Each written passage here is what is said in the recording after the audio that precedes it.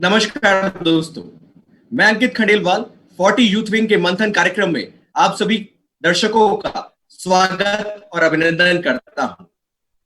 दोस्तों, किसी ने क्या खूब कहा है कि स्वयं को ऐसा बनाओ कि जहां तुम हो वहां तुम्हें सब प्यार करे, जहां से तुम चले आए हो वहां तुम्हें सब याद करे और जहां पर तुम जाने वाले हो वहां सब तुम्हारा इंतजार करे। आप सभी को दोस्तों जय श्री कृष्णा, क्योंकि आज के हमारे keynote speaker, dynamic motivational trainer, international trainer doctor Vikrant Singh Tomar ji भगवान श्री कृष्णा के बड़े उपासक हैं। Now I would like to invite 40 youth wing patron Shri Devendra Singh ji for welcome speech. Shri Devendra Singh ji. Thank you Ankit ji, बहुत बहुत मैं आभार व्यक्त करता हूं 40 यंग यूथ विंग का, जिन्होंने आज ये प्रोग्राम जो कि अभी होने वाला है वो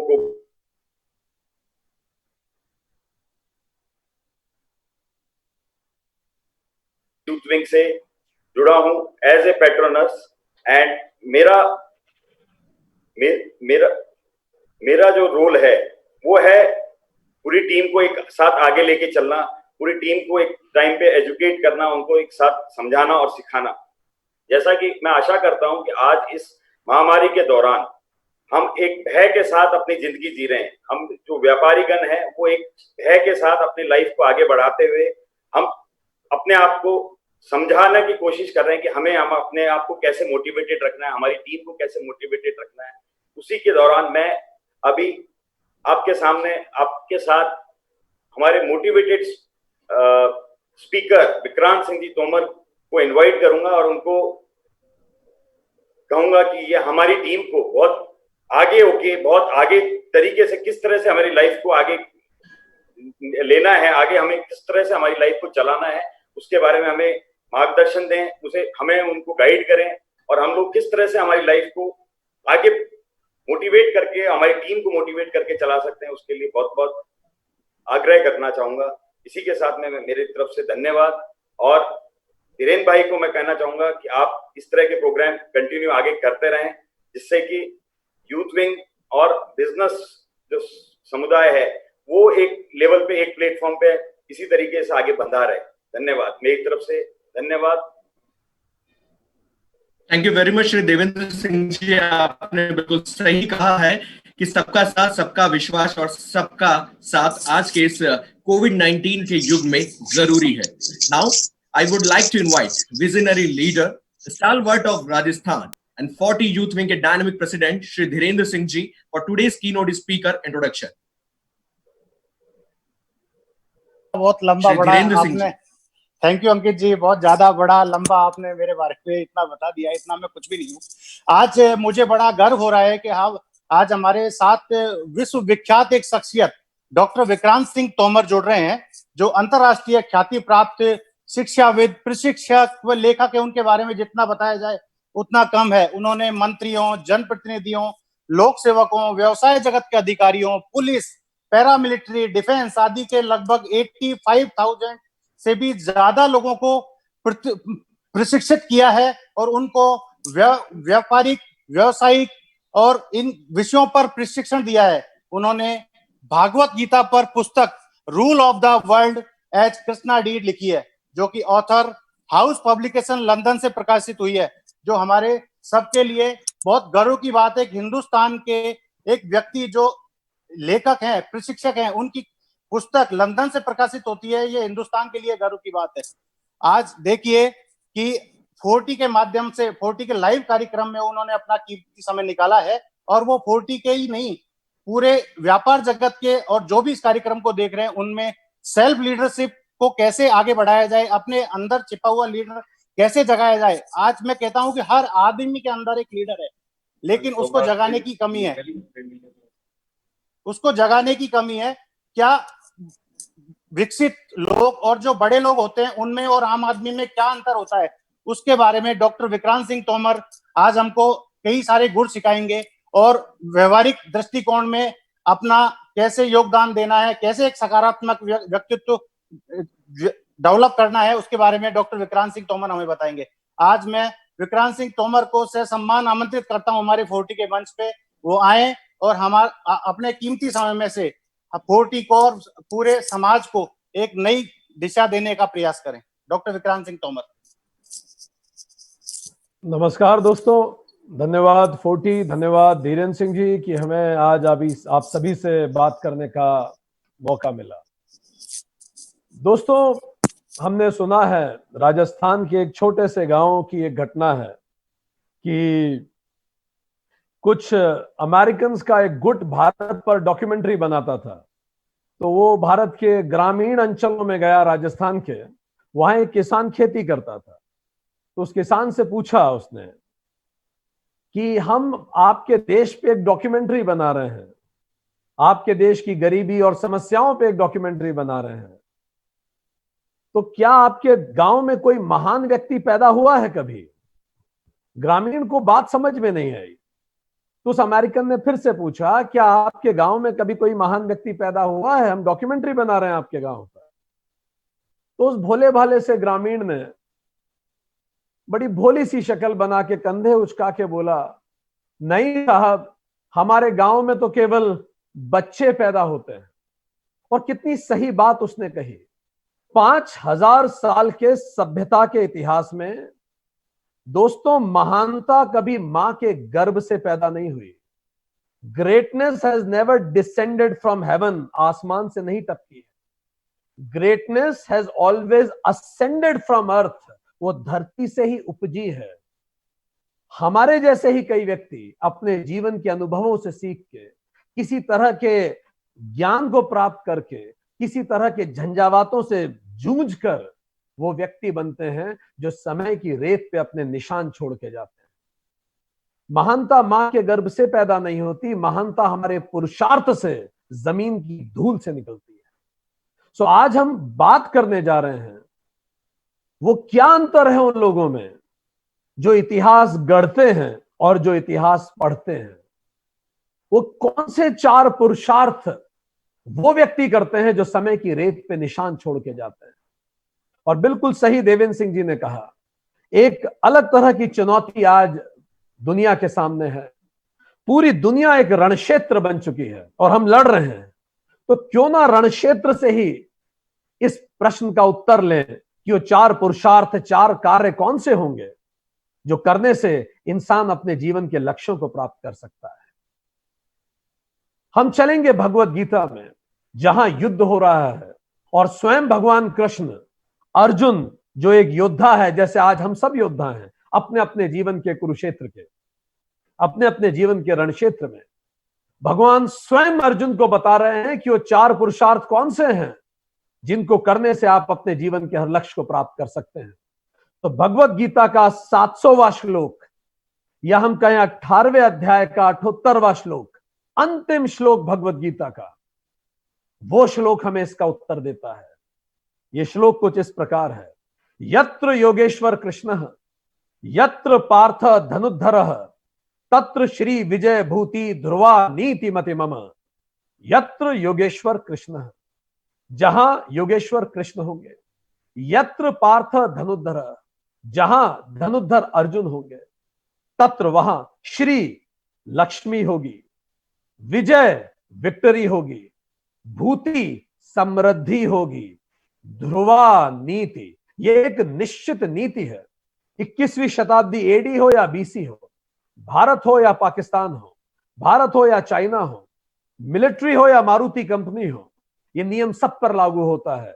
ध्रुवा नीति मति मम, ऐसा मेरा मत है, और गीता समाप्त होती है। सारांश है गीता का ये। तो चलिए एक एक शब्द हम समझें और देखें जीवन में कैसे अपना सकते हैं। पहला शब्द यत्र योगेश्वर, जहां योगेश्वर। योग शब्द का शाब्दिक अर्थ होता है जोड़ देना। किसको जोड़ना? आज के घटनाक्रम और इस विषय के तत्वाधान में, सेल्फ लीडरशिप के पॉइंट ऑफ व्यू से, किसको जोड़ने को हम योग कहेंगे? तो योग का अर्थ होगा मन, वचन और कर्मों को जोड़ देना। जब आपके मन, वचन, कर्म एक होते हैं तो आप स्वतः योगेश्वर होते हैं। जब आप वही कहते हैं जो आप सोचते हैं और आप वही करते हैं जो आपने कहा है, तो आप योगेश्वर होते हैं, समाज में प्रतिष्ठा पाते हैं। इसीलिए जब भी आप हिंदुस्तान में किसी से पहली बार मिलते हैं, आप कहते हैं नमस्ते। नमस्ते शब्द का शाब्दिक अर्थ होता है नमः प्लस्ते। नमः मतलब मैं झुकता हूं, ते मतलब तेरे लिए। मैं अपने अहंकार को छोड़ता हूं और तेरे लिए झुकता हूं। और झुकता कैसे हूं? तो जरा देखिए नमस्ते कैसे किया जाता है। आपका अंगूठा आपके हृदय की तरफ होता है, आपकी उंगलियां आपके मस्तक की तरफ होती है। आप क्या कहना चाह रहे हैं? आपका अंगूठा आपके हृदय की तरफ होता है, इसका मतलब मैं केवल बोलने के लिए नहीं कह रहा नमस्ते, मैं अपने हृदय से ऐसा फील करता हूं, with all my feelings and emotions. आपकी उंगलियां आपके मस्तक की तरफ इशारा करती हैं, with all my thought and cognition. ऐसा ही मैं सोचता भी हूं, with my hands and actions, और यही मेरे कृत्य भी हैं। मतलब मैं ऐसा ही सोचता हूं, ऐसा ही भाव रखता हूं और ऐसे ही कर्म करता हूं। मैं मन वचन कर्म से आपको नमस्ते करता हूं। सो नमस्ते शब्द अपने आप में एक दर्शन है जो हमें योगेश्वर होने की याद दिलाता है। 1893 स्वामी विवेकानंद शिकागो को एड्रेस करते थे। उन्होंने कहा, my dear sisters and brothers of America. कई पल तक तालियां बजती रही। हम जब उस स्पीच को सुनते थे तो हमें समझ में नहीं आया कि इसमें इतनी ताली बजाने की बात क्या है। ऐसी कौन सी महान बात उन्होंने कही? उन्होंने तो एक सेंटेंस कहा था, और इतनी तालियां क्यों गूंजी? जब आप विवेकानंद को बाद में पढ़ेंगे तो आपको उसका अर्थ भी समझ में आएगा। उस स्पीच के बाद स्वामी जी अमेरिका के नेशनल हीरो थे। एक लड़की स्वामी जी पे मोहित हो गई। She wanted to marry Swami Vivekananda. उसको यह तो पता था कि Swami ji is not married, पर उसे यह नहीं पता था ये शादी करने वाले भी नहीं है। वो तो स्वामी है जिसने स्वयं पर नियंत्रण कर लिया हो। बहरहाल वो स्वामी जी के पास गई और उसके पास क्षमता नहीं थी कि वो प्रत्यक्ष रूप से शादी का प्रस्ताव रख सके, तो उसने अप्रत्यक्ष रूप से शादी का प्रस्ताव रखा।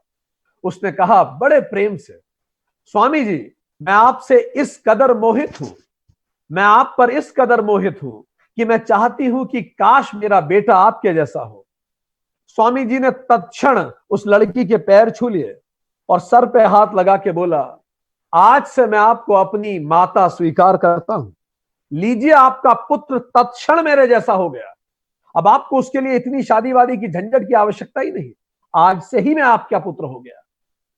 तो दोस्तों, जब स्वामी विवेकानंद कह रहे थे my dear sisters and brothers of America, तो केवल मुंह से नहीं बोल रहे थे, वो अपनी अंतरात्मा से कह रहे थे। तो याद रखिए दोस्तों, रिश्ता हो, नौकरी हो, व्यवसाय हो या जीवन का कोई भी कार्य, 3 स्तर होते हैं संवाद के। प्रथम स्तर जो आप मुंह से बोलते हैं सामने वाले के कान पे जाके खत्म हो जाता है।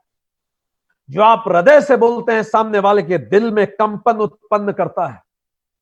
और जो आप अंतरात्मा से बोलते हैं सामने वाले की आत्मा झकझोर के रख देता है। पर आप अंतरात्मा से बोल कब पाएंगे कोई भी चीज? आप तभी बोल पाएंगे जब वो आपके व्यवहार में भी हो। एक ऐड आया करता था काफी दशक पुराना। उस ऐड में, आप ऐड सुनेंगे तो शायद आपको याद आ जाएगा, टीवी पे ऐड आया करता था। एक मां को मेहंदी लगती थी, उसकी 6 महीने की बच्ची फुल स्विंग पे रोना शुरू कर देती है।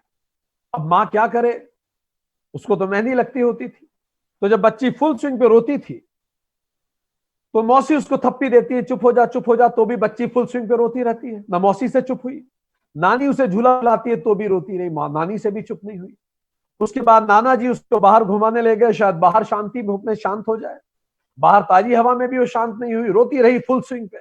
तो जब वो रोती ही रही, किसी से चुप नहीं हुई, तो नाना जी वापस अंदर आए और बोला, बेटा मेरा तो बीपी हाई हो जाएगा, अब तू ही संभाल। ये तो चुप ही नहीं हो रही। अब मां क्या करती? मां के हाथों में तो मेहंदी लगी थी। मां ने दोनों हाथ ऐसे जोड़े और बच्ची को गोदी में लेके अपने कलेजे के पास लिया। और जैसे ही मां ने बच्ची को कलेजे के पास लिया, वो बच्ची जो ना नाना नानी मौसी किसी के पास चुप नहीं हुई, अपनी मां के पास जाके तत्काल चुप।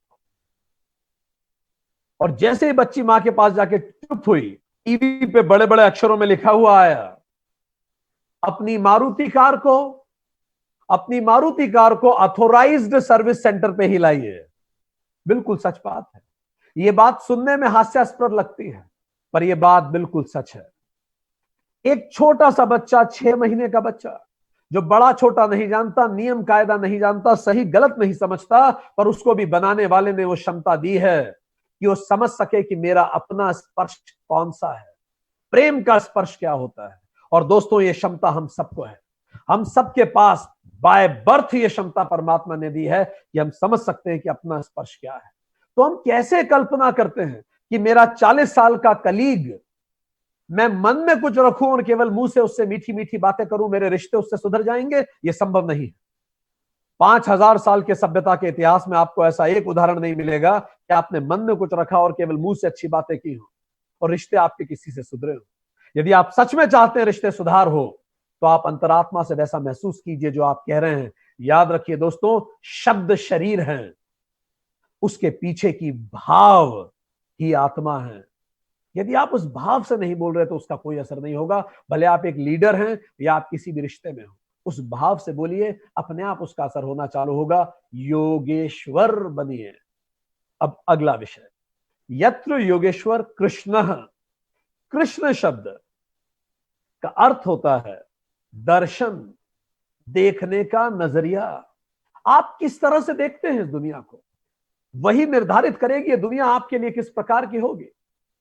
रामायण में एक किरदार हुआ कैकेयी नाम का। कैकेयी ने राम में खतरे को देखा और कैकेयी का जीवन बर्बाद हो गया। दशरथ ने राम में पुत्र को देखा और पुत्र के वियोग में प्राण तक गंवाने पड़ गए। सीता जी ने राम में पति को देखा और पति के विरह में पूरा जीवन जिया। रावण ने राम में शत्रु को देखा और एक दुखद मृत्यु को प्राप्त हुआ। केवल एक किरदार था रामायण में जिसने प्रथम दृष्टि में राम को देखा और अंतिम दृष्टि तक में राम को देखा, और चूंकि उन्होंने प्रभु को देखा, उस प्रक्रिया में वो स्वयं प्रभु बन गए। बिल्कुल सही आपने पहचाना, हनुमान जी, क्योंकि उनमें वो क्षमता थी परिस्थितियों को और व्यक्तियों को सही रूप में देख पाने की। स्वामी विवेकानंद कहते हैं, मैं उस परमात्मा की सेवा करता हूं जिसको मूर्ख लोग मनुष्य कहते हैं। अभी हमारा मुलाकात हुई इंश्योरेंस सेक्टर के एक एडवाइजर से। वो टीओटी हैं, टॉप ऑफ द टेबल, करोड़ों का उनका प्रीमियम जाता है। हमने उनसे पूछा, है जो रेसेशन चल रहा है, आप इससे परेशान नहीं है बिजनेस में? तो बोला, तोमर साहब, जिस दिन से रेसेशन चालू हुआ था 2-3 महीने पहले से, तब से ही मैंने निर्धारित कर लिया था कि मैं इस रेसेशन में पार्टिसिपेट नहीं करने वाला। मानो कोई मेला हो रेसेशन, एंड पार्टिसिपेशन आपकी चॉइस हो। But look at his state of mind. एक वैज्ञानिक से हमारी बात हो रही थी, हमने उनसे पूछा, आप इस कोरोना से परेशान नहीं है? तो मुस्कुरा के बोले, अरे मैं तो इसके साथ पिछले 6-7 साल से हूं। तो हमने बोला 6-7 साल? उन्होंने बोला 6-7 साल नहीं, मुझे तो 20 साल हो गए लगभग इसी में। हमने बोला 20 साल से आप कोरोना के साथ हैं? बोला, हाँ, मैं न्यूक्लियर साइंटिस्ट हूं और मैं स्पेस पे रिसर्च कर रहा हूं आजकल, और स्पेस में जो सूरज के चारों तरफ का घेरा है उसको कोरोना ही तो कहते हैं, तो मैं तब से उसी पे रिसर्च कर रहा हूं। देखने का नजरिया है। किसी व्यक्ति के लिए यह समय परेशानी का हो सकता है और किसी के लिए सूरज की किरणों का यह मौसम हो सकता है। यह मौसम परेशान होने का हो सकता है, या यह मौसम हो सकता है परोपकार का, विचार का, जीवन का, सेहत का यह मौसम हो सकता है, परिवार का यह मौसम हो सकता है, प्रेम का हो सकता है, मनन का हो सकता है, ध्यान का हो सकता है, स्वयं के विश्लेषण का हो सकता है, कुछ नया सृजन करने का हो सकता है। ये देखने की तो बात है। कृष्ण आपका नजरिया। एक छोटा, कहीं रिसर्च हुई विदेशों में, एक छोटे से बच्चे को, एक कैंप चलता था, पेरेंट्स भी आए हुए थे, तो डाइनिंग रूम में एक चॉकलेट रख दी और सारे पेरेंट्स छुप गए। दोपहर में एक छोटा सा बच्चा दौड़ के आया, उसने डाइनिंग रूम पे एक बड़ी सी चॉकलेट डाइनिंग टेबल पे रखी हुई देखी, तो उसने दाएं बाएं देखा कि किसकी है ये चॉकलेट, पर दाएं बाएं कोई था ही नहीं, पूरा रूम खाली था। तो बड़ा चकित हो गया, तो धीरे धीरे चॉकलेट के पास गया, उसने इधर उधर दाएं बाएं टेबल के नीचे देखा, कोई था ही नहीं। उसने धीरे से उस चॉकलेट को उठा लिया और हल्के हल्के से बड़ा कंफ्यूज होकर चॉकलेट खोलने लगा, इधर उधर देख के कि पता नहीं किसकी। फाइनली जब कोई दिखाई नहीं तो खा गया चॉकलेट धीरे धीरे और चला गया। अगले दिन भी उसी जगह उसी समय चॉकलेट रख दी गई और सब छुप गए थे। बच्चा फिर से दौड़ता हुआ आया, उसने फिर टेबल पे चॉकलेट देखी, उसे बड़ा अजीब लगा। उसने फिर दाएं बाएं ऊपर नीचे देखा, कोई नहीं था। अब उसने चॉकलेट उठाई और खोल के फिर खाने लगा। अब कल से ज्यादा जल्दी वो खा रहा था। अब उसके मन में दुविधा कल से कम थी, थोड़ी जल्दी से उसने खाई चॉकलेट। तीसरे दिन फिर से उसी जगह उसी समय चॉकलेट रख दी गई, बच्चा फिर आया, पर अब तीसरे दिन बच्चा बिल्कुल सधे हुए कदमों से आया। जैसे उसने टेबल पे चॉकलेट देखी, बिना कंफ्यूज हुए सीधे टेबल पे पहुंचा, ना उसने नीचे देखा, ना ऊपर देखा, ना दाएं ना बाएं, बड़े अधिकार पूर्वक उस चॉकलेट को उठाया और बड़े दृढ़ निश्चय से उस चॉकलेट को खोल के खा गया। अब उसने कहीं भी नहीं देखा। चौथे दिन उसी जगह उसी समय चॉकलेट नहीं रखी गई। अब चौथे दिन भी बिल्कुल सधे कदमों से उस रूम में आया, मानो उसे पहले से पता था चॉकलेट यहां होगी, और सीधे टेबल के पास गया। और जब उसने चॉकलेट नहीं देखी, तब उसने नीचे उधर देखा, दाएं बाएं देखा कि अरे चॉकलेट कहां गई। फिर जोर से चिल्लाया, चॉकलेट कहां गई, यहां चॉकलेट रखी होती थी ना। जैसे वो जोर से चिल्लाया, सारे पेरेंट्स तालियां बजाते हुए अंदर आ गए। उसके बाद जिस वैज्ञानिक ने रिसर्च की थी, उन्होंने कहा कि कहीं ऐसा ही व्यवहार हम हमारे बनाने वाले विधाता से तो नहीं कर रहे। 3 दिन चॉकलेट रखी हुई थी, क्या आपने धन्यवाद देने के लिए समय निकाला? क्या आपने धन्यवाद दिया कि मेरे जीवन में इतने साल मेरा जीवन अच्छा बिताने के लिए धन्यवाद प्रभु? क्या हर पल, हर क्षण, हर दिन आपने परमात्मा का धन्यवाद दिया? 3 दिन चॉकलेट रखी थी, पर आपने धन्यवाद देने की फुर्सत नहीं निकाली। एक दिन चॉकलेट नहीं है, तो आप दुखी होने और परेशान होने से बाज नहीं आए, शिकायत करने से बाज नहीं आए। कहीं ऐसा ही व्यवहार हम तो हमारे परमात्मा से नहीं कर रहे? विचार के लिए प्रश्न है आप सभी को। या फिर क्या पता यह समय उसी धन्यवाद को देने का हो कि हमें तो फुर्सत मिली नहीं, तो विधाता नहीं बोला। कबीरदास जी ने लिखा भी है कि एक प्रेयसी, उसके प्रेमी ने उसको नोज रिंग दी डायमंड की, तो नोज रिंग पहन के कांच में जाके दिन में 10 बार खुद को देखती थी। तो कबीर लिखते हैं, नथनी दी यार ने, नथनी दी यार ने, ताहे सुमरती 100 बार। तो उसको 100 बार याद करती है देख के कांच में। नथनी दी यार ने, ताहे सुमरती 100 बार, नाक दी करतार ने, ताहे दिया बिसार। नथनी दी यार ने, ताहे सुमरती 100 बार, नाक दी करतार ने, ताहे दिया बिसार। जिसने नाक दी है, थोड़ा कभी कभी उसे भी याद कर लिया कर। देखने का नजरिया ही जीवन बनाता है। जैसी दृष्टि वैसी सृष्टि, जैसी नजरें वैसे नजारे। रविन्द्रनाथ टैगोर कहते हैं, जैसा दर्द होता है वैसा मंजर होता है, मौसम तो इंसान के अंदर होता है। तो सोचिए दोस्तों, इस मौसम को आपको कैसे लेना है? धन्यवाद देने में बिताना है या शिकायत करने में बिताना है? अगली बात, यत्र योगेश्वर कृष्ण यत्र पार्थ। पार्थ शब्द का शाब्दिक अर्थ है धैर्य, क्योंकि पार्थ प्रथा से बना, प्रथा कुंती को कहते थे क्योंकि वो पृथ्वी से पैदा हुई। वो पृथ्वी शब्द का शाब्दिक अर्थ है धैर्य। तीसरी क्वालिटी जो सेल्फ लीडरशिप में मस्ट है, वो है धैर्य, पेशेंस। हम न्यूयॉर्क में सेशन ले रहे थे, एक सज्जन ने हमसे पूछा, सर हमारे देश की संस्कृति इतनी महान है, तो हम ऐसा क्यों करते हैं कि विष्णु जी को तो लेटा देते हैं और लक्ष्मी जी पैर दबाती है? ये तो मेल शॉविनिज्म है, जमाना कहां पहुंच गया। अब तो लक्ष्मी जी को लेटना चाहिए और विष्णु जी पैर दबाएं। हमने बोला, बड़े महान विचार हैं आपके, आप ऐसा चित्र बनाइए, हम उसकी पूजा करेंगे। पर इससे पहले कि आप वो चित्र बनाएं, जरा देखें तो वो चित्र बताता क्या है। विष्णु लेटे किधर है? विष्णु लेटे हैं क्षीर सागर में। और क्षीर सागर होता क्या है? सागर का मतलब ही है वो जो कभी एक जैसा ना हो, बदलती हुई परिस्थितियां, लहरें जैसे ऊपर नीचे होती हैं। तो सागर का मतलब ही है बदलती हुई सामाजिक, आर्थिक, राजनीतिक, सांस्कृतिक, धार्मिक परिस्थितियां, बदलती हुई परिस्थितियां। एक जमाने में राहुल बजाज सीना चौड़ा करके कहते थे, in Bajaj industry we don't need marketing and selling department. हमारा बजाज का जमाना याद कीजिए, we produce and it get sold, इतनी डिमांड थी।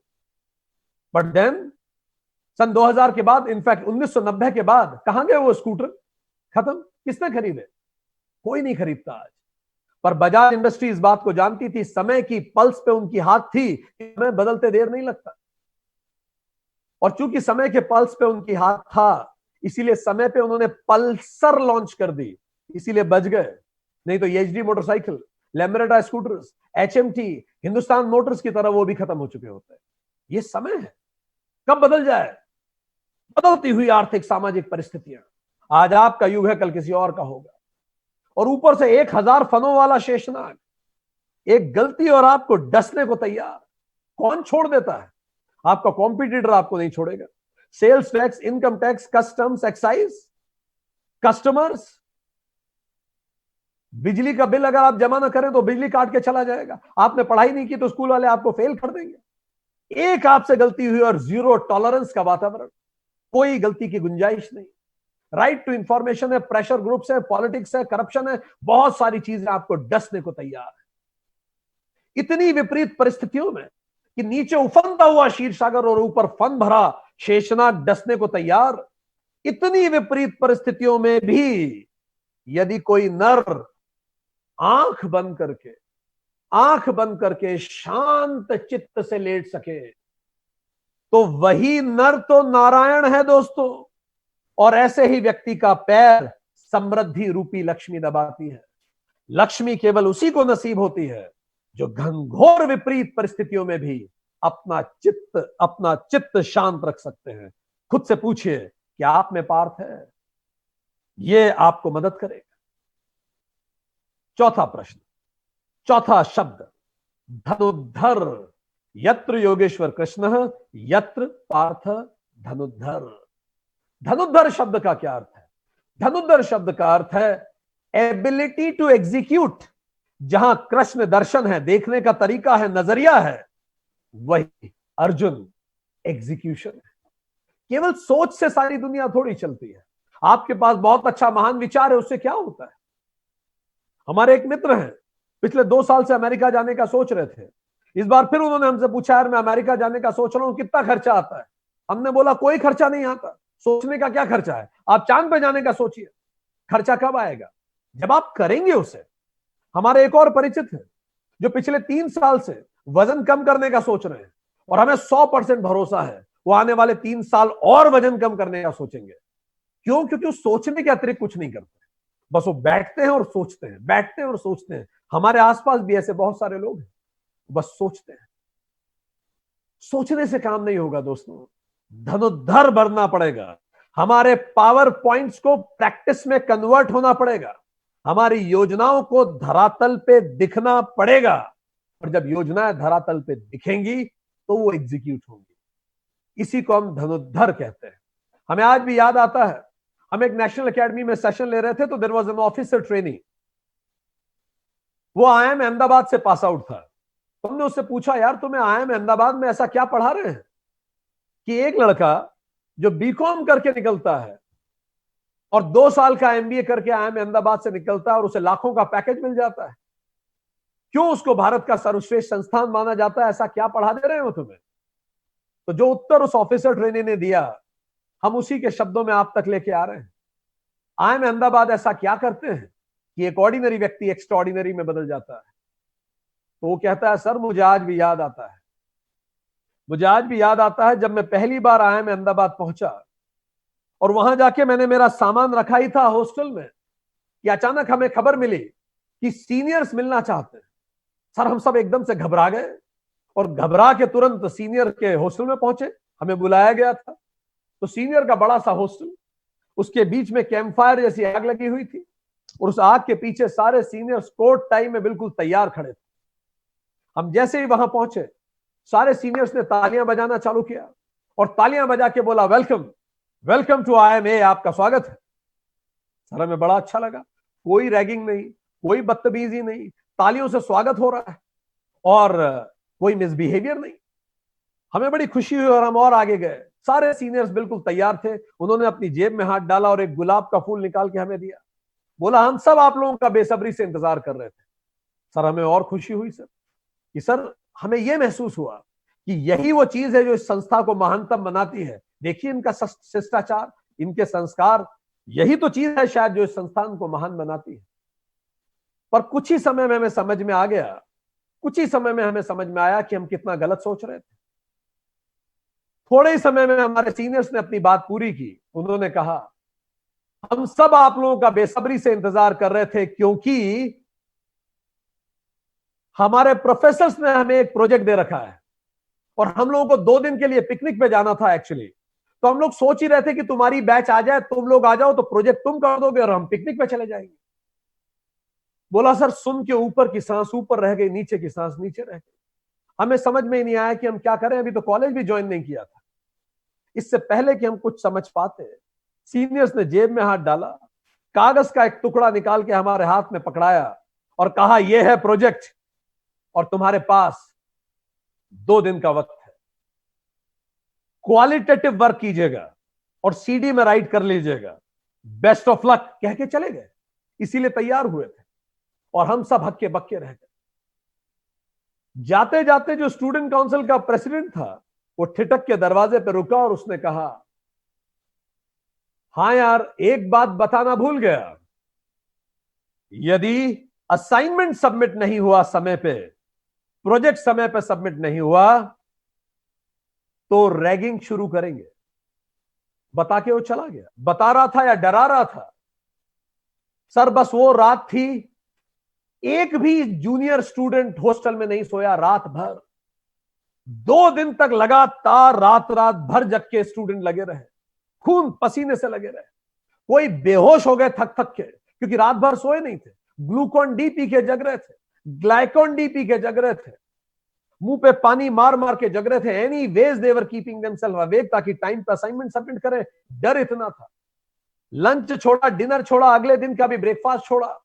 अगली रात भी मुश्किल से 4 घंटे सोए और बेहोश हो के डेडलाइन पे सीडी सबने राइट कर ली।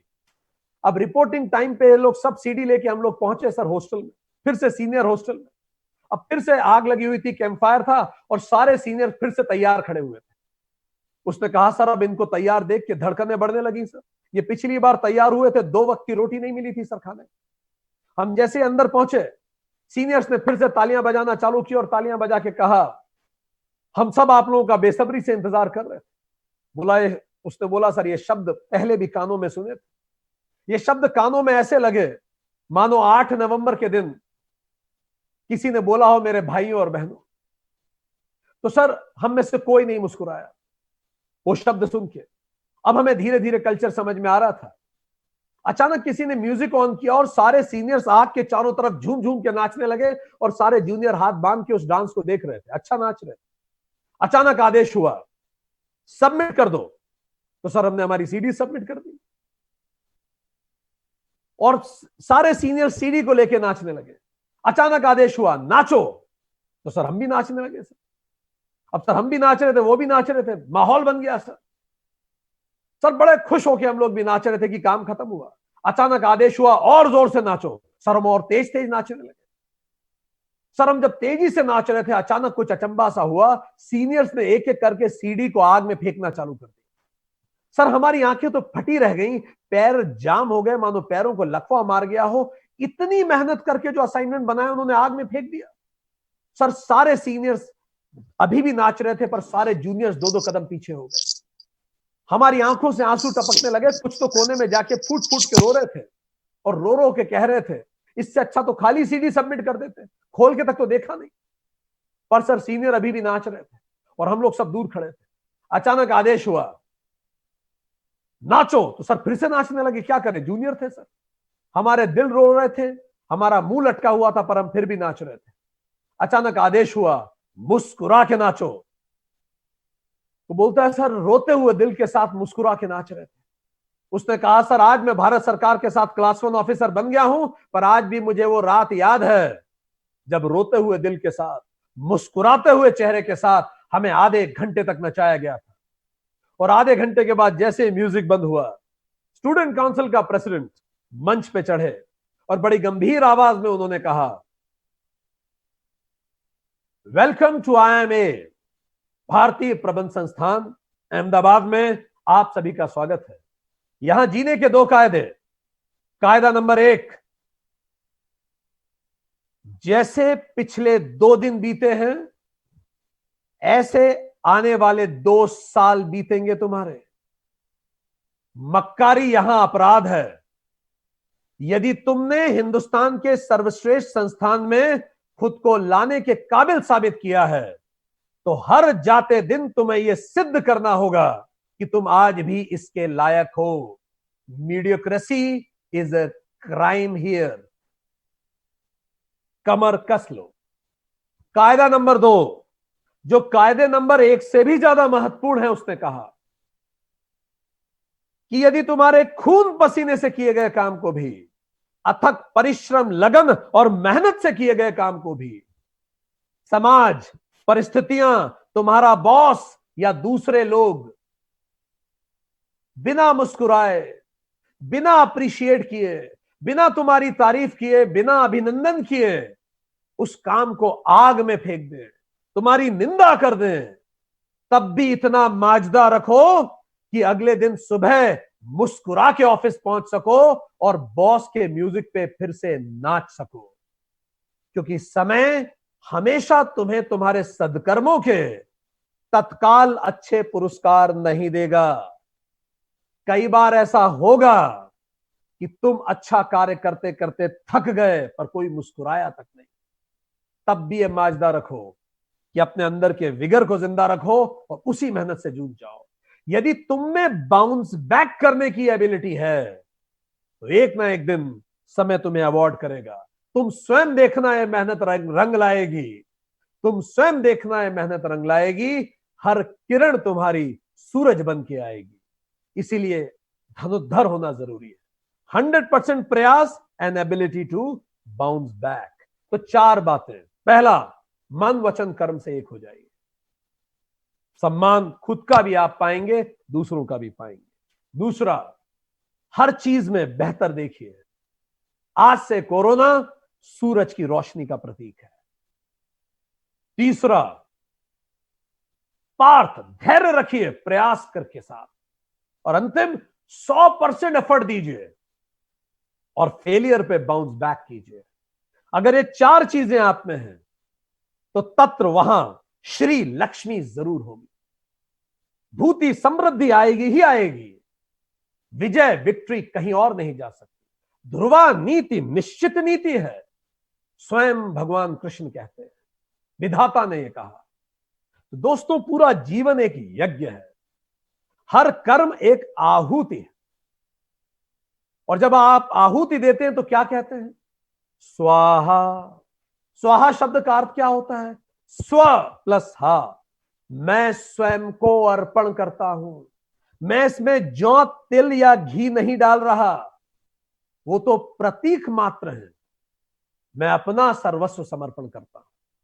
तो आप जो भी करें, नौकरी हो, रिश्ता हो, काम हो, जो कर रहे हैं, व्यवसाय हो, या तो कीजिए मत, करिए तो 100% कीजिए। स्वाहा। और जब आप स्वाहा करते हैं तो परमात्मा ऊपर से क्या कहता है? तथास्तु। तथास्तु का अर्थ क्या है? तथा अस्तु। तथा मतलब बिल्कुल ऐसा ही हो। तो कैसा हो? जैसा तू चाहता है वैसा ना हो। तथास्तु का अर्थ ये नहीं है वैसा हो, नहीं है इसका अर्थ। इसका अर्थ है ऐसा हो। कैसा हो फिर? जैसा तेरा स्वाहा है बिल्कुल वैसा ही मेरा तथास्तु है।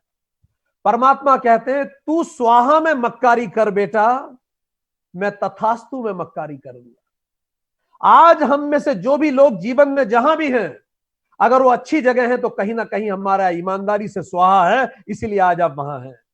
और जहां आप हो सकते थे, यदि आप वहां नहीं हैं तो खुद के अंदर टटोलिए, कहीं स्वाहा में मक्कारी हो गई है।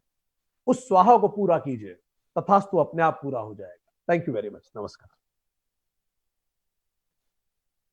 अब प्रश्न के लिए सभी का स्वागत है। Thank you very much doctor Vikrant Singh Tomar ji. बिल्कुल आपने सही बात कही है कि आंख संसार की सब चीज देखती है, मगर आंख के अंदर कुछ चला जाए तो उसे नहीं देख पाती। इसी तरह से हर इंसान स्वयं सारी दुनिया को देखता है, परखता है, उसकी कमियों को ढूंढता है, लेकिन स्वयं के अंदर के इंसान को कहीं ना कहीं ढूंढने में यूं ही सारी जिंदगी को मिस कर देता है। तो चलिए इस कार्यक्रम को आगे बढ़ाते हैं और मैं सभी दर्शकों से एक अपील करना चाहूंगा, रिक्वेस्ट करता हूं कि अगर आप भी कोई सवाल डॉक्टर विक्रांत सिंह तोमर जी से पूछना चाहते हैं तो जल्दी से जाइए कमेंट बॉक्स में और अपने सवालों को कमेंट बॉक्स में लिखिए, जिससे हम आपके सवाल डॉक्टर विक्रांत सिंह तोमर जी से पूछ सके। डॉक्टर साहब, हमारे पास कुछ सवाल आ चुके हैं, मैं आपसे पूछना चाहूंगा। मुंबई से मिस्टर तनसुख सेठ ने आपसे एक सवाल पूछा है कि some tips to keep mind peaceful in this difficult time. अच्छा प्रश्न है जो पूछा है। शास्त्रों में मन को कहते हैं धी। और मन से जो बीमारी होती है, या मन को कहते हैं धी, और मन से जो पैदा होता है उसको कहते हैं आधिजा। आधिजा मींस माइंड बॉर्न, जो मन से पैदा होती है, ठीक। और दूसरी को कहते हैं अनाधिजा, जो मन से नहीं पैदा होती। तो दो तरह की व्याधियां हैं, बीमारियां हैं, परेशानियां हैं। एक है आधिजा और एक है अनाधिजा। आधिजा मतलब माइंड बॉर्न, जो मन से पैदा होती है। सो मन से पैदा हुई बीमारियों को आप कैसे सेटल करें? बहुत सिंपल तरीका है। जो भी आपके आसपास स्थिति आप दिखती है, उसमें खुद से एक प्रश्न पूछिए बस, कैन आई कंट्रोल इट? क्या मैं इसको नियंत्रित कर सकता हूं? यदि आप उसे नियंत्रित कर सकते हैं तो उस पर 100% एफर्ट लगा दीजिए, ठीक। परिस्थिति जो आपके नियंत्रण में है उसमें 100% एफर्ट लगाइए। जैसे आपकी आपके बॉस से नहीं पट रही, क्या आप अपने बॉस का ट्रांसफर करा सकते हैं? शायद उत्तर है नहीं करा सकते साहब। तो फिर ये आपके कंट्रोल में नहीं है। आपका बेटा पढ़ाई नहीं कर रहा है, आप पूछिए क्या मैं उसे अच्छी पढ़ाई करा सकता हूं?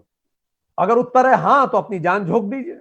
पर आप ऑलरेडी प्रयास कर चुके हैं और ऐसा नहीं हो पा रहा, मतलब वो अब आपके कंट्रोल के बाहर है। आपका बिजनेस अच्छा चल रहा था, अचानक ये व्याधि आ गई सारी दुनिया के सामने। क्या आप पूरी दुनिया से इस बीमारी को खत्म कर सकते हैं? पूछिए, तो आपको बहुत स्पष्ट समझ में आएगा कि क्या ये मेरे कंट्रोल में है या नहीं है, ठीक। अब जो आपके कंट्रोल में है, जैसे मेरी पिछली गलतियां, कई लोग पिछली गलतियों पे ही दुखी रहते हैं। यार मुझे ऐसा नहीं करना चाहिए था, या मुझे ऐसा नहीं बोलना चाहिए था। 3 शब्दों को डिक्शनरी से मिटाइए। पहला वुड, दूसरा कुड, तीसरा शुड।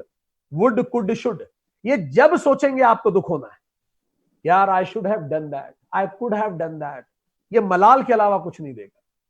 सो इसको डिक्शनरी से मिटाइए। आप देखिए क्या मैं इसको कंट्रोल कर सकता हूं। उत्तर है हां, तो 100% एफर्ट लगाइए। उत्तर है ना, तो क्या करना है अब वो सुनिए। CAR, कार, इसी को शास्त्रों में सेरेनिटी प्रेयर कहते हैं। क्या है ये? C for change the changeable, जो बदला जा सकता है उसे बदल दीजिए। आप कंट्रोल कर सकते हैं ना उसे, तो बदलिए उसे, 100% दे दीजिए। विराट कोहली इतने महान क्रिकेटर हैं, वो जब रणजी ट्रॉफी खेलते थे, पहले दिन उनकी पारी समाप्त नहीं हुई थी, अगले दिन उनको फिर खेलना था। रणजी में ही सेलेक्टर्स आने वाले थे मैच देखने के लिए,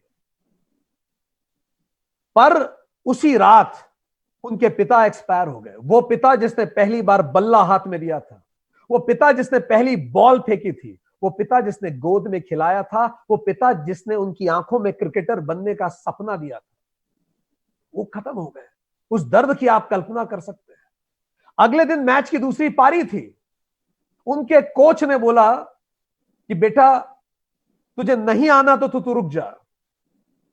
कोहली ने कोच को फोन लगा के बोला, कोच मैं आऊंगा खेलने। कोहली अगले दिन मैच में खेलने के लिए उतरे, और जब उन्होंने अपनी पारी समाप्त की, उसके बाद कोच को फोन लगा के फूट फूट के रोने लगे। कोच ने बोला, मुझे पता है तू बहुत दुखी है, अपने पिता को तूने खोया है आज कल रात को ही। कोहली ने रोते हुए बोला, नहीं कोच, मैं उसलिए नहीं रो रहा, मैं इसलिए रो रहा हूं क्योंकि एम्पायर ने मुझे गलत आउट दिया है, मैं आउट नहीं था। Can you imagine the level of dedication? पिता की मृत्यु मेरे कंट्रोल में नहीं है, पर कल सुबह खेलना मेरे कंट्रोल में है। मैं निर्धारित करूंगा पिता को कैसे श्रद्धांजलि दूंगा। सो हर जगह यह विवेक हो, चेंज द चेंजेबल। सी, अब आइए ए। कुछ चीजें आप बदल नहीं सकते। आपकी स्पाउस का व्यवहार अगर आपको लग रहा है आप नहीं बदल पा रहे हैं, accept is accept the things which are not changeable. तो सीना चौड़ा कीजिए और स्वीकार कीजिए अब जो भी बदला नहीं जा सकता। उसको रोने से और फायदा नहीं है। स्वीकार कीजिए अब जो नहीं बदला जा सकता उसको तत्क्षण स्वीकार कीजिए। बहुत ताकत होती है स्वीकारोक्ति में। आप अपने घरों में देखिए, कई घरों में बेटी की बड़ी बड़ी गलतियों पे भी चर्चा मात्र नहीं होती, और बहू की छोटी सी गलती पे बहुत दिनों तक चर्चाएं होती है। क्यों होता है ऐसा? क्योंकि बहू को घर में एक्सेप्टेबिलिटी कम है और बेटी को घर में एक्सेप्टेबिलिटी बहुत ज्यादा है। तो एक्सेप्टेबिलिटी होते ही देखने का तरीका बदलता है। इसी को बौद्धिज्म में कहते हैं तथाता, थिंग्स आर सच, चीजें ऐसी ही हैं। सीना चौड़ा कीजिए और स्वीकार कीजिए, आज जो परिस्थिति है सो है। अब यह मत सोचिए क्यों हो गया, यह व्यर्थ का टाइम वेस्ट है, अब क्या करना है। ठीक ए, पर नहीं सर, मैं सहन ही नहीं कर सकता कोई मुझसे ऐसा व्यवहार करे। I can not accept any behaviour. कोई मुझसे ऐसे बोल दे, मैं कैसे सहन करूंगा सर? ठीक है, आप सहन नहीं कर सकते ना, तो लास्ट ऑप्शन है आर। आर क्या है? Remove your self from what ever is unacceptable. जो भी एक्सेप्टेबल नहीं है उससे खुद को रिमूव कीजिए। कई लोग नौकरियों को ढोते रहते हैं पर रिमूव करने के गट्स नहीं रखते। कई लोग रिश्तों को ढोते हैं। एक हमारे परिचित हैं, they had a difficult married life, पर because of the kids they stayed in the relationship. बच्चों के कारण वो रहे उस रिश्ते में। आज बच्चे बड़े हो गए और अब उन लोगों ने डाइवोर्स ले लिया। हमारी उनसे चर्चा होती थी, हमने उनसे पूछा, उन्होंने बोला सर बच्चों के लिए किया ये सब, हमारी पटती नहीं थी तो भी बच्चों के लिए रहे। तो हमने पूछा अपने बच्चों के बारे में कुछ बताइए, उनका व्यवहार कैसा है? तो बोलते हैं सर इतना गुस्सा है उनके अंदर, बात बात पे चिढ़ते हैं, ना मेरा आदर करते हैं ना मेरी पत्नी का आदर करते हैं, सम्मान बिल्कुल नहीं करते वो बड़ों का, रिश्तों में वो बिलीव नहीं करते, शादी वो करना नहीं चाहते। तो हमने बोला आपने क्या पाया इस अनुभव से? बोला सर मैंने पाया कि अगर हम पहले ये निर्णय लेते तो कम से कम बच्चों का व्यवहार हम अच्छा रखते। क्वारलसम डबल पेरेंटहुड से बहुत अच्छा होता है peaceful single parenthood. Remove yourself if you can not take it. पर देर आर सम पीपल जो डिसीजन ही लेना नहीं चाहते। खलीफा अली से किसी ने पूछा कि खलीफा मनुष्य स्वतंत्र पैदा हुआ है पर कहते हैं हर तरफ जंजीरों में है, ये कौन सी जंजीरें हैं? खलीफा ने उसे बोला अपना एक पैर हवा में उठा लो, उसने उठा लिया। खलीफा ने बोला अब अपना दूसरा पैर भी हवा में उठा लो, वो मुस्कुराने लगा, दूसरा कैसे उठाएगा जब एक उठा चुका था। तो खलीफा ने बोला बस यही जंजीरें हैं। जब पहला कदम उठाने का बोला था तब तुम स्वतंत्र थे। कहां उठाना है, लेफ्ट उठाना है या राइट उठाना है? नौकरी करनी है, पापा का बिजनेस करना है, 40 को ज्वाइन करना है, विदेश जाना है, पढ़ाई करने, करना क्या है, तुम स्वतंत्र थे। पर जैसे ही तुमने पहला कदम उठा लिया, अब दूसरा कदम पहले कदम से बंध गया। जिस दिन फौज ज्वाइन कर ली, कमांडेंट नाम का अधिकारी तुम्हारे लिए बहुत इंपॉर्टेंट हो गया। अगर पुलिस ज्वाइन करते तो एसएसपी इंपॉर्टेंट हो जाता। अगर नौकरी ज्वाइन करते तो जनरल मैनेजर की बात करते दिन रात। अगर बिजनेस ज्वाइन किया तो बाबूजी की बात करोगे दिन रात। तो this is how it goes, it's your choice. पर अगर तुम्हें दूसरा कदम उठाना है तो क्या करना पड़ेगा? पहला कदम वापस रखिए, फिर दूसरा उठा लीजिए, अरविंद केजरीवाल। ठीक। So take a pick. दुनिया में दुखी लोग कौन हैं? दुनिया में वो लोग दुखी हैं जो ना तो चेंज करने की हिम्मत करते हैं, ना एक्सेप्ट करने का उनमें सामर्थ्य है, और ना ही खुद को रिमूव कर पाते हैं। और ये लोग हमेशा दुखी रहते हैं। तो इसीलिए मन को स्थिर करने के लिए कार चलाइए, सड़क पे नहीं, लॉकडाउन है, अंदर चलाइए अपने। चलिए, तो लॉक में रहिए पर डाउन मत रहिए। बिल्कुल सही कहा आपने कि लॉकडाउन में तो है बट अपने माइंड को लॉकडाउन करने की बिल्कुल जरूरत नहीं है। कैलाश खंडेलवाल जी ने एक बहुत ही अच्छा सवाल पूछा है कि आपने कहा कि बिजनेसमैन हो या कोई भी व्यक्ति हो, जब स्वाहा करता है तो अपने आप की आहुति देता है। तो उन्होंने कहा कि बिजनेस के लिए उन्होंने अपने आप की आहुति दे दी, बट कोरोना आने के बाद उनको क्या कुछ करना चाहिए बाउंस बैक करने के लिए? अच्छी बात, आहुति तो दे ही चुके हैं वो। देखिए, इनका प्रश्न यह है कि साहब मैं अपना 100% आहुति दे चुका हूं, अब मुझे क्या करना चाहिए? बिल्कुल आपने सही कहा। इसका उत्तर ओलंपिक में जाके ढूंढिए। ओलंपिक में वो बैम्बू कूदने वाला जो बंदा होता है, जो इतनी प्रैक्टिस करता है, वो क्या करता है, पूरी ताकत से बैम्बू दौड़ के आता है, एक जगह फंसाता है। अच्छा, 4 साल की मेहनत, ओलंपिक है, इस पल पर निर्भर करेगी, 1 सेकंड में सब कुछ बदल जाएगा। पूरी ताकत से आता है, बैम्बू लगाता है और जोर से उछलता है, अपना 100% स्वाहा करता है, और एक पॉइंट पे जब पहुंचता है उसके बाद वो उस बैम्बू को तत्क्षण छोड़ देता है। उसके बाद जो होता है वो उसके साथ होता है, वो करता नहीं है। सो दुनिया में जब भी कोई भी अचीवर है तो उसके दो हिस्से होते हैं हर अचीवमेंट के, एक जो आप कर सकते हैं और दूसरा जो परमात्मा करता है। तो हर बिजनेस दो तरह के होते हैं, एक योर बिजनेस, एक गॉड्स बिजनेस। सो आप अपना बिजनेस कीजिए, गॉड के बिजनेस में दखल देने की जरूरत नहीं है।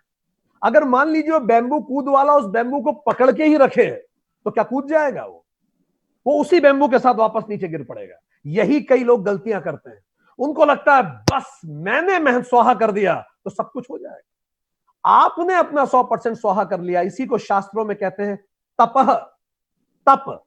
100% खुद को तापी है। इसीलिए उर्दू में सैलरी को बोलते हैं तनख्वाह, जो तन को गला के मिलती है। ठीक, आपने तनख्वाह अर्जित कर ली, 100% किया आपने, पर अब जो बाकी बचा है वो क्या है? उसी को शास्त्र कहते हैं ईश्वर प्राणिधान। अब आप छोड़ दीजिए। अरे जब आप किसी चीज को कंट्रोल कर ही नहीं सकते तो उसको पकड़ने का प्रयोजन ही क्या है? ईश्वर प्राणिधान। इसका मतलब अब कायनात को अपने सर पे मत उठाइए, वो होगा। आप ये देखिए सी आपका और क्या क्या है, इस गिवन सिचुएशन में मैं और क्या कर सकता हूं। कंसल्टेंट हायर कीजिए बिजनेस के लिए, अपने एफर्ट्स में और सोचिए, पर जो आपके कंट्रोल में नहीं है। कंट्रोल में क्या नहीं है? आपकी बैलेंस शीट, ये आपके कंट्रोल में नहीं है, इसको यहां खोद के लिख लीजिए।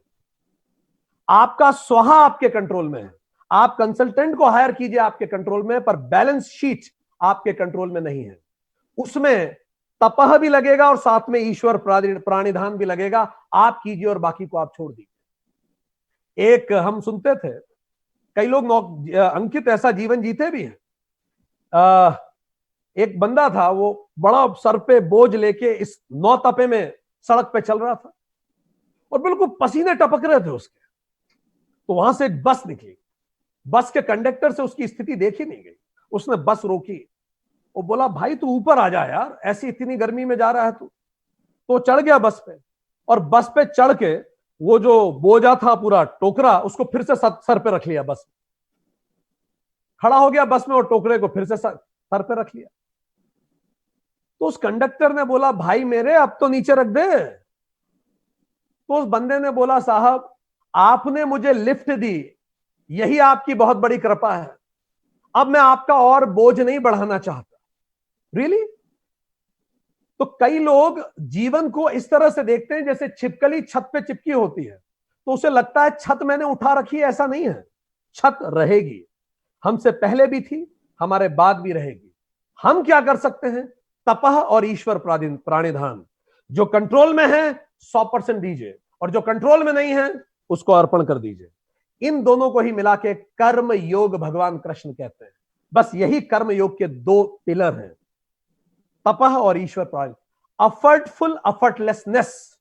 अगर आपने अफर्ट नहीं लगाया तो बात ही खत्म, और अगर अफर्ट लगा के बैम्बू छोड़ा नहीं तो भी आप खत्म हो जाएंगे। क्या उत्तर मिला अंकित? बिल्कुल सही कहा सर आपने, और आपके बारे में सुना बहुत था, लेकिन आज आपसे मिलने का और आपसे ये सारी बातें सुनने का हमें एक खास मौका मिला है। आपके लिए सिर्फ इतना ही कहना चाहूंगा, बिकॉज ढेर सारे दर्शक आपसे बहुत सारे सवाल भी करना चाहते हैं कि आवाज ऊंची होगी तो कुछ लोग सुनेंगे, लेकिन बात ऊंची होगी तो बहुत लोग सुनेंगे। 1 लाख से अधिक दर्शक इस कार्यक्रम को कई सारे फेसबुक पेज पर लाइव देख रहे हैं। बहुत बहुत धन्यवाद देना चाहूंगा मैं आपका। डॉक्टर राजेश मेढ़ी जी ने आपसे एक अगला सवाल पूछा है कि कर्मा और भाग्य में कौन मोस्ट पावरफुल है? Such a beautiful question. I am so happy to receive such good questions. जरा कल्पना कीजिए, एक बकरी है, उसको आपने खूंटे से बांध दिया है, और जो डोरी है जिससे आपने उसे बांधा है, उस डोरी की लेंथ है 5 मीटर। ठीक, अब 5 मीटर तक जब बकरी चरती रहेगी तब बकरी को कोई बंधन महसूस ही नहीं होगा, वो स्वतंत्र है, आराम से चरेगी, वो कहीं भी जाए उसको पता ही नहीं पड़ेगा वो बंधी हुई है। पर जैसे ही वो 5 मीटर से आगे जाएगी उसको गले में घुटन महसूस होगी, वो और प्रयास करेगी, उसको और घुटन महसूस होगी, वो चारों तरफ घूम जाएगी, पर वो 5 मीटर से आगे नहीं जा पाएगी। तो 5 मीटर क्या है? कर्म का क्षेत्र। वो 5 मीटर के आगे की घास क्या है? भाग्य का क्षेत्र, जो मेरे कंट्रोल में नहीं है। और इस रस्सी की लेंथ कितनी है, यह कब पता पड़ेगा मुझे? जब मैं पूरी रस्सी को तान दूंगा। और रस्सी को तानूंगा मैं कब? जब मैं मन वचन कर्म से पूरी मेहनत करूंगा, तब तो मुझे पता पड़ेगा। कबीर कहते हैं, काया कसू कमान ज्यों, पंच तत्व करी बाण। काया को कमान की तरह कस दो और पांचों तत्व को बाण बनाओ। ते भेदू मन मृग को, तब फिर मैं मेरे मन को भी नियंत्रित करूं, नहीं तो मिथ्या जान। काया कसू कमान ज्यों, पंच तत्व करी बाण। ते भेदू मन मृग को, नहीं तो मिथ्या जान। सो आप जब 100% देंगे अपना, जब पूरा एफर्ट 100% स्वाहा करेंगे, तब आपको पता पड़ेगा कि आपकी रस्सी का रेडियस कितना है। तो इसीलिए इंसान को अपना 100% देना चाहिए, तब वो वहां पहुंचता है और उसे पता पड़ता है। अन्यथा कोई ये माने तो 2 मीटर पे रुक जाए और बाकी को भाग्य समझ ले।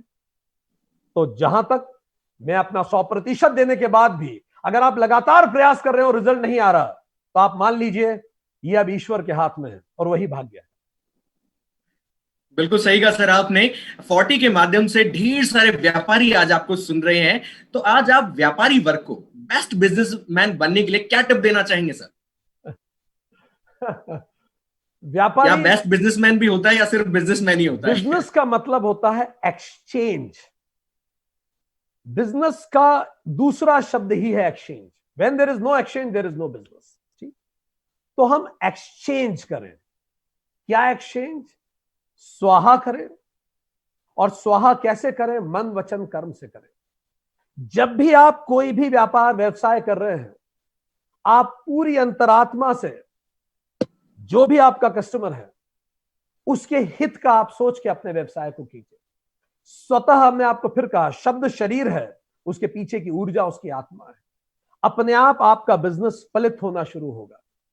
और हम व्यापारी वर्ग को, कई बार होता यह है कि हम बहुत प्रयास करते हैं, तो स्वाहा और तथास्तु के एक्सचेंज को साधिए। हमें याद आता है एक छोटी सी घटना, वही हमारा संदेश व्यापारी वर्ग को होगा। छुट्टियों की बात थी, हमारे घर में एक रिलेटिव के बच्चे आए हुए थे। तो एक बालक था, वो हमारे घर में ही रुका हुआ था। उसकी उम्र 5-6 साल था। पड़ोस में भी एक बालिका थी, उसकी उम्र भी 5-6 साल थी। तो ये बालक बालिका खेल रहे थे एक दूसरे के साथ। इस बालक के पास कंचे थे, अंटियां। उस बालिका के पास चॉकलेट्स थी खूब सारी, उसकी मौसी अमेरिका से लाई थी। तो इस बालक ने उस बच्ची को कहा कि तुम्हारे पास इतनी सारी चॉकलेट्स है, मेरे पास अंटियां हैं, क्यों ना दोनों एक दूसरे को दे दें, दोनों के पास दोनों हो जाएगा। एक्सचेंज कर लें, जो बिजनेस का आधार है, दोनों के पास दोनों हो जाएगी। तो उस बच्ची ने बोला, अच्छा आइडिया है, ऐसा कर लेते हैं। तो इस बच्चे ने क्या किया, बिल्कुल गंदी गंदी थी, सड़ी सड़ी सी, टूटी टूटी सी, क्रैक क्रैक सी, घिसी पिटी अंटियां निकालनी चालू की। और जो सबसे गंदी अंटियां हो सकती थी, वो अंटियां निकाल के उस बच्ची को दे दी। उस बच्ची ने भी अपने झोले में हाथ डाल के कुछ चॉकलेट्स बच्चे को दे दी। अब दोनों के पास दोनों हो गया।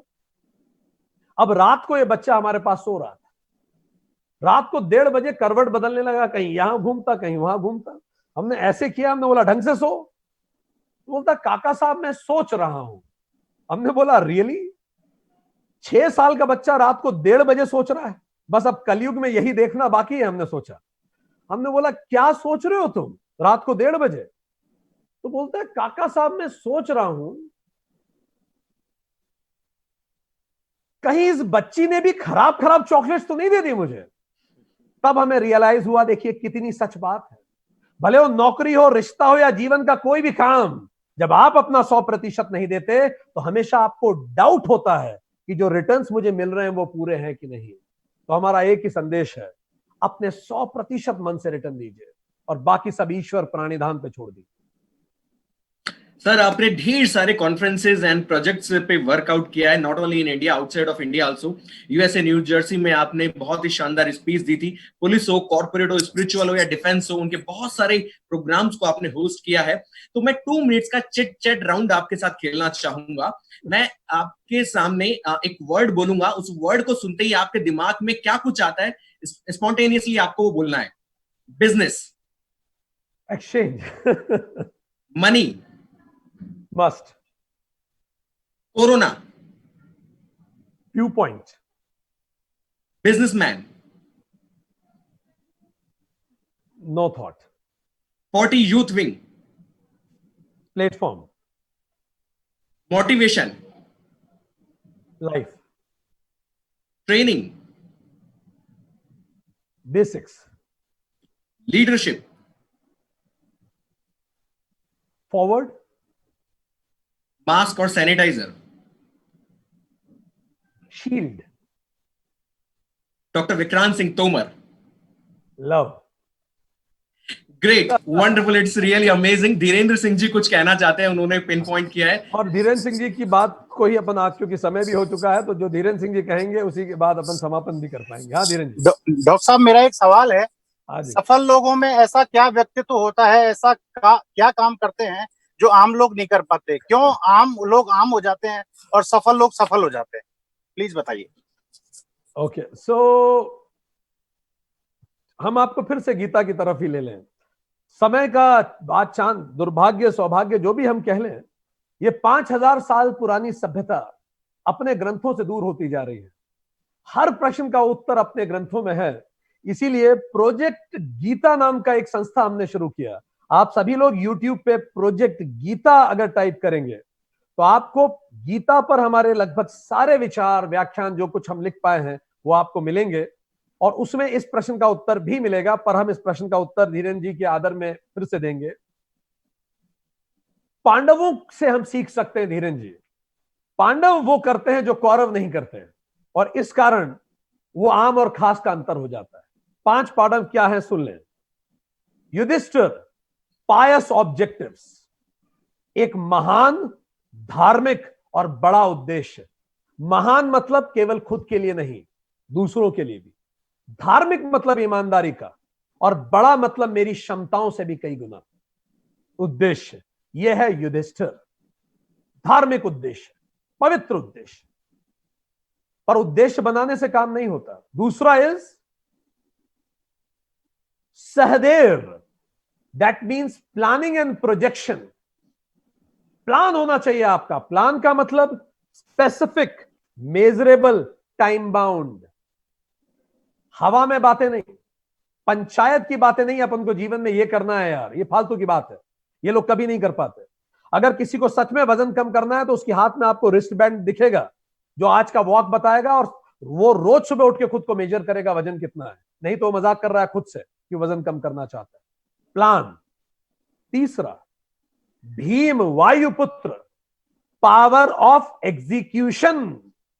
डेडलाइन का मतलब ही है, अगर मैं लाइन पे नहीं हूं तो डेड हूं, यही डेडलाइन है।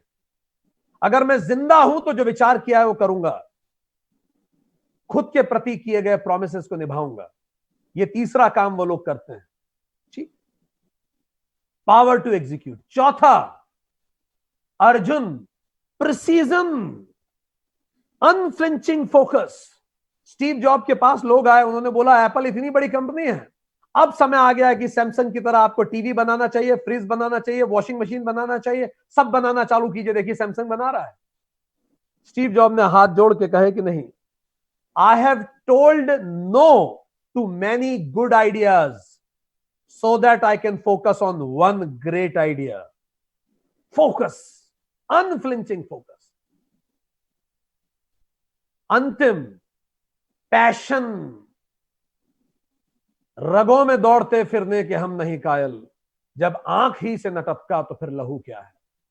स्वामी विवेकानंद यही कहते हैं। स्वामी विवेकानंद यही कहते हैं, यदि तुम सच में किसी चीज को चाहते हो तो तुम्हारी धमनियों में दौड़ना चाहिए, तुम्हारी रगों में वो दौड़ना चाहिए, तब ये मानेंगे कि तुम में पैशन है उसके लिए। ये 5 काम कीजिए, ऐसा कोई लक्ष्य नहीं है जो आप प्राप्त न कर सकें। पर इन पांचों काम के साथ भी वनवास हो जाता है पांडवों को, यदि स्वयं कृष्ण साथ ना हो। और कृष्ण है आत्मज्ञानम। और यह आत्मज्ञान क्या है, इसके लिए जरूर आपको प्रोजेक्ट गीता में जाना पड़ेगा, क्योंकि कम समय में हम इतना नहीं बता सकते। तो प्रोजेक्ट गीता में जाइए, उसमें हमने इसको विस्तार से इलॉबरेट किया है, आत्मज्ञान क्या है। सर बिल्कुल आपने सही बात कही है, सवाल का सही जवाब भी दिया और इस तरह से दिया है कि लोगों के दिमाग से दिल में भी उतर आया है। और जो बातें आपने कही है, प्रिसीजन हो चाहे फोकस हो, सेम इसी वे में हमारी 40 भी वर्क करती है। व्यापारियों के हितों को राज्य सरकार और केंद्र सरकार तक पहुंचाती है और व्यापारियों के हित के लिए हमेशा सबसे आगे रहती है। प्रिसीजन और फोकस के साथ हमेशा काम करती है व्यापारियों के लिए, व्यापारियों की संस्था 40। Thank you very much doctor Vikrant Singh Tomar ji. अपने हमें धीरेन जी का धन्यवाद जरूर देने दीजिए, हमारे बहुत अच्छे मित्र हैं, छोटे भाई हैं, और हमें गर्व होता है कि आप लोग 40 के प्लेटफॉर्म पे इतना अच्छे इनिशिएटिव्स लेते हैं। 40 के जो प्रेसिडेंट हैं उनका भी हम सादर अभिवादन करते हैं, 40 यूथ विंग के धीरेन जी को अभिवादन करते हैं। आप सभी को धन्यवाद। आप लोगों के माध्यम से हम लाखों लोगों तक पहुंच सके, उन सभी लोगों को धन्यवाद जिन्होंने आज हमें सुना, और आप सभी को जीवन की बहुत बहुत शुभकामनाएं। धीरेन जी, एक बार फिर से आपको धन्यवाद। बहुत बहुत धन्यवाद डॉक्टर साहब। मैं रविंद्र प्रताप सिंह जी को निवेदन करूंगा कि वो डॉक्टर साहब का धन्यवाद ज्ञापित कर कार्यक्रम को समापन की गति दें। I would like to thank you so much. अंकित जी, मेरा वीडियो स्टार्ट कर दीजिए। Yes please. Technical team, I would like to say thank you so much to today international keynote speaker Dr. Vikrant Singh Tomar, 40 President Suresh Agrawal ji, Youth Wing President Dhirendra Singh Raghav, First India News, and all 40 members to make this program a grand success. Special thanks to Executive President Ankit Khandelwal to organize this flawless event. Once again, thank you to all viewers. Thank you very much. Thank you very much Ravindra Pratap Singh ji, vice president 40 youth wing. And आप सभी viewers को once again special thank you to make this programme grand successful, and special thanks to Suresh Agarwal ji, president 40, and Dhirendra Singh Raghav ji, president 40 youth wing. Thank you very much. Thank you very much. Thank you very much to all. Thank you. जल्दी मिलते हैं। Thank you.